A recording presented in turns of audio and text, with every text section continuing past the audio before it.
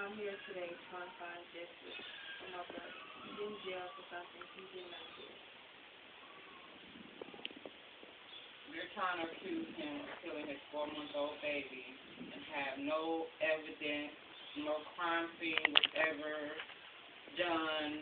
There's nothing but a jailhouse snitch's testimony that convicted him of first-degree intentional homicide. First degree. Now, there were about 7 or 8 people throughout this house on this day that the baby was admitted into the hospital, but there were only 3 suspects, which was Jeremiah, the baby's mother, which was Sasha, which I don't even see why she was a suspect because she wasn't even at home, and Brianna Fulton, which is Sasha's cousin. When Jeremy was, and when they were at the hospital, I guess y'all should probably. I can see why she was a suspect because she was left with the baby alone. Her and her cousin was left with the baby alone. So that's why she was a suspect. Okay, well, y'all, I wasn't at the hospital, so maybe y'all can tell about what happened at the hospital. At the hospital, they were trying to say that Jeremiah Felton was not concerned about his son. When he kept asking the doctors what's going on, what's happening, how did he get like that and everything else, the doctors was ignoring him and telling him we'll talk to you later. That later only came around rarely, not giving him enough information of what's going on and what happened. So yes, he was a little frustrated about what was going on because wasn't nobody telling him nothing about his son. That would look like if he was suffering, his body was swelling up, and when his body stopped swelling up after they stopped putting all that fluid and stuff, after they stopped putting all that medication or fluid or whatever in him. The thing that we're trying to understand, they said they convicted him of first-degree intentional homicide for saying he shake a baby syndrome and blunt force trauma to the head. The doctors is not telling us or telling the whole story because they didn't even tell us that the baby's blood sugar was over 400. They didn't tell us that the baby was a diabetic. All this information came out in court, things that we didn't know about. And also, this baby, one thing I know about my grandbaby, he had a soft spot here in his head. He had a soft spot here that didn't never, where they said that this blood trauma. He had a soft spot on each side of his head. Now, I'm kind of curious because this detective, he already stated that he's a friend. He stated that he's a friend. He was going over to see the medical examiner, and this after the baby died. He's the medical examiner his friend, and when he leaves the medical examiner, he's going to see the DA, and the DA his friend. And, you know, and all this is kind of funny. It's something that ain't right about this. Jeremiah even asked the detective, we all take a lie detector test. You know, and also this baby did not have the way the DA, how the DA did that baby. Can you answer that? The baby did, this is how the DA did the baby doll.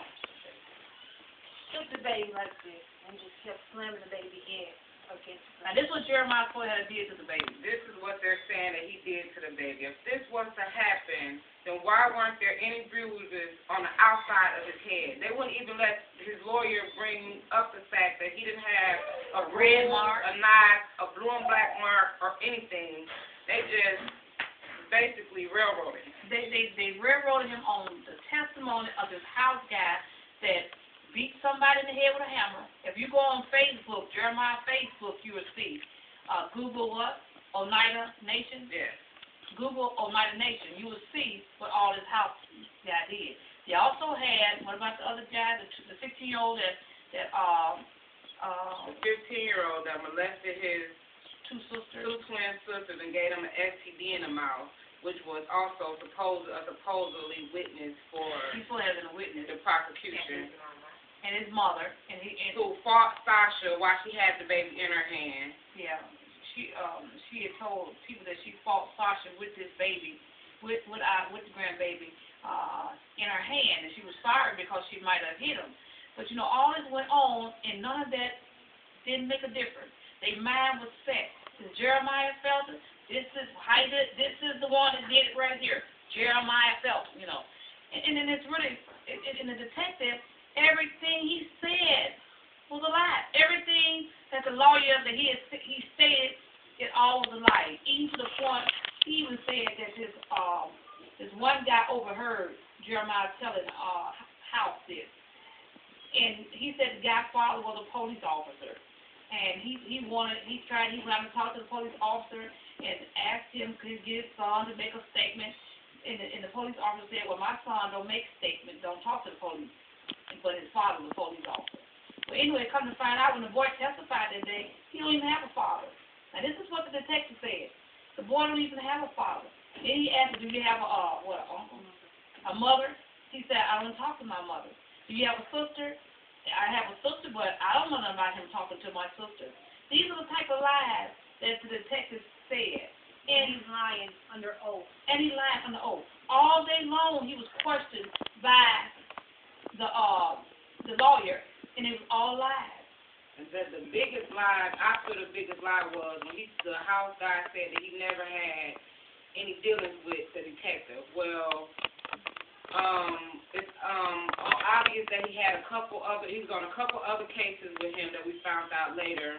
And then not only that, in the courtroom, the guy said, the house guy called his lawyer and his lawyer told him that without his testimony against the Felton baby case, there was nothing that the DA can do for the case that he was in jail for now. So if that's not coerced or put together, then I don't know what else is. Right.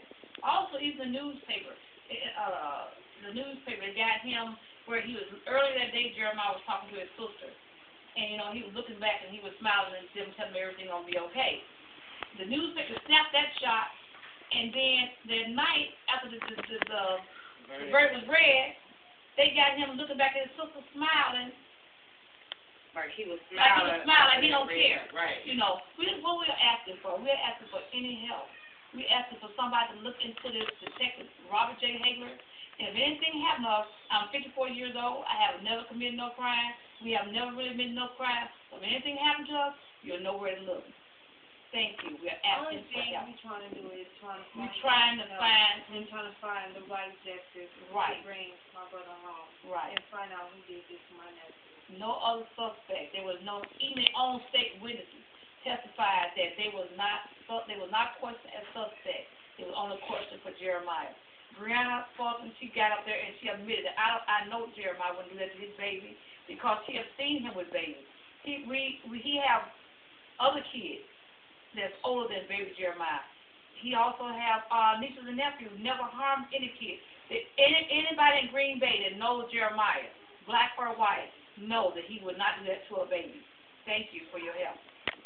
If you want to contact us or want any information, you can contact us on Facebook, Jeremiah Felton, and Twitter. I have faith 88. Yes. So if you could help in any kind of way, it would really be appreciated. Thank you.